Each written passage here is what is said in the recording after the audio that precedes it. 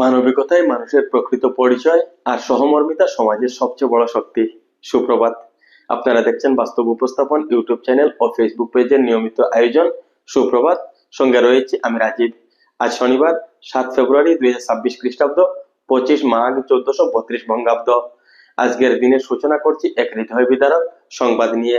মেঘালয়ের পূর্ব জয়ন্তিয়া পাহাড় জেলার কাঁসকু এলাকায় ঘটে যাওয়া ভয়াবহ অবৈধ কয়লা খনি দুর্ঘটনায় ঝরে গেছে একের পর এক মূল্যবান প্রাণ। গত 5 ফেব্রুয়ারি বৃহস্পতিবার সকালে অবৈধভাবে ডিনোমাইট ব্যবহার করে কয়লা উত্তোলনের সময় ঘটে যায় এক শক্তিশালী বিস্ফোরণ। এক মুহূর্তের জন্য থেমে যায় বহু শ্রমিকের জীবনের গতি। সর্বশেষ তথ্য অনুযায়ী নিহতের সংখ্যা বেড়ে দাঁড়িয়েছে 25 জনে। এছাড়া 8 থেকে 9 জন শ্রমিক গুরুতর আহত, যারা মেঘালয় রাজ্যের বিভিন্ন হাসপাতালে চিকিৎসাধীন রয়েছেন। দুর্গম পাহাড়ি এলাকায় এনডিআরএফ, এসডিআরএফ ও রাজ্য পুলিশের উদ্ধারকারী দল নিরলসভাবে উদ্ধার অভিযান চালিয়ে যাচ্ছে। প্রতিটি উদ্ধারের প্রচেষ্টার সঙ্গে জড়িয়ে আছে এক একটি পরিবারের কান্না, উৎকণ্ঠা এবং শেষ আশার আলো। এই মর্মান্তিক ঘটনায় আমরা গভীর শোক প্রকাশ করছি এবং নিহত শ্রমিকদের পরিবারের প্রতি জানাচ্ছি আন্তরিক সমবেদনা। এ দুর্ঘটনা আবারও আমাদের সামনে তুলে ধরেছে এক নির্মম বাস্তবতা।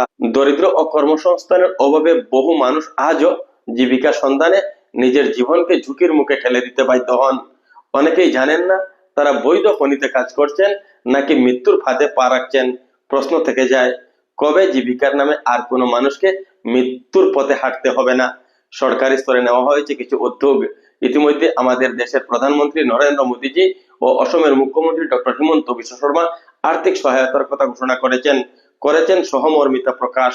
এছাড়াও মেঘালয় হাইকোর্ট এ ঘটনার তদন্তের নির্দেশ দিয়েছে। তবে কেবল ক্ষতিপূরণই যথেষ্ট নয়, প্রয়োজন নিরাপদ কর্মসংস্থান, কঠোর নজরদারি ও মানবিক দায়িত্ববোধ, যাতে আর কোনো পরিবার দারিদ্রতার কারণে প্রিয়জনকে হারাতে না হয়।